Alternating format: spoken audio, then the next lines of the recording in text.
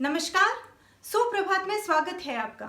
हमारे चारों तरफ ऐसी कई चीजें हैं, ऐसी कई कहानियां हैं जो हमें प्रेरणा देती है और जिनसे हम सीखकर अपने व्यवहारिक जीवन को सक्षम और सुखहाल बना सकते हैं। ऐसी एक छोटी सी कहानी है रामायण की।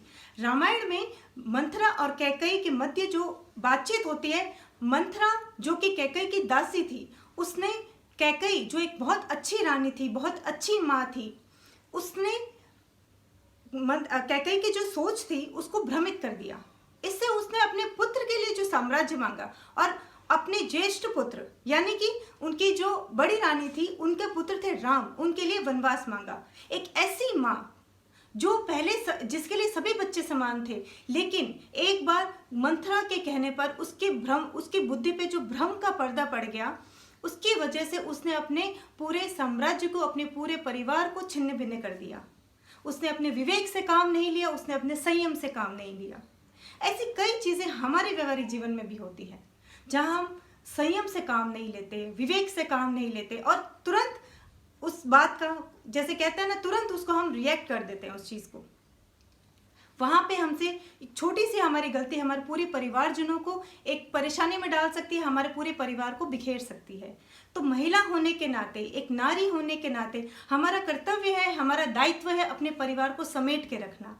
तो पर कई बार, क्योंकि हम भी ह्यूमन बीइंग है, हमसे भी गलती हो सकती है, लेकिन हम प्रयास कर सकते हैं इस प्रकार की कथाओं से, इस प्रकार की कहानियों से, कि हम संयम रखें।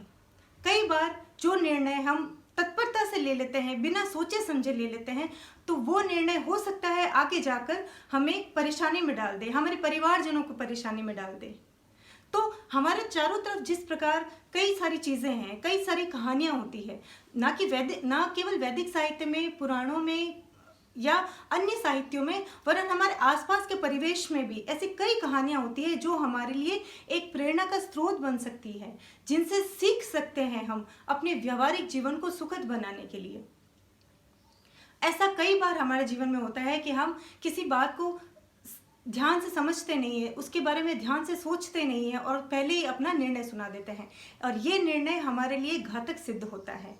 लेकिन हम प्रयास कर सकते हैं कि अगर हमारे समक्ष ऐसी कभी भी परिस्थिति आए, ऐसी कोई भी चीज़ आए, तो हम कोशिश कर सकते हैं कि उस समय हम धैर्य से काम लें, एक विवेक से निर्णय लेने का प्रयत्न करें, संयम बरतें और फिर निर्णय लें, ताकि हम अपनी तरफ से कोई गलती ना करें। हम अपनी तरफ से ये कोशिश करें कि हमसे कोई ऐसी भूल ना हो जिसे बाद में सुधारा नहीं जा सका। जैसे कि कैकेयी ने जब राम के लिए वनवास मांगा, यद्यपि उसे बाद में अपनी भूल का एहसास हो गया, लेकिन जब तक, वो कहते हैं ना, तीर कमान से निकल चुका था, बात जा चुकी थी हाथ से, उसको फिर बाद में वो सुधार नहीं पाई। तो हमारे जीवन में ऐसी परिस्थिति कभी ना आए, और कभी आए तो भी जब हम दोराहे पे खड़े हों, तो हमारे बुद्धि में, हमारे मन मस्तिष्क में एक चीज होनी चाहिए कि अगर कोई भी ऐसी परिस्थिति जब भी हमारे समक्ष आएगी, तो हम वहां पे संयम से काम लेंगे, हम वहां पे सोच समझ के काम लेंगे।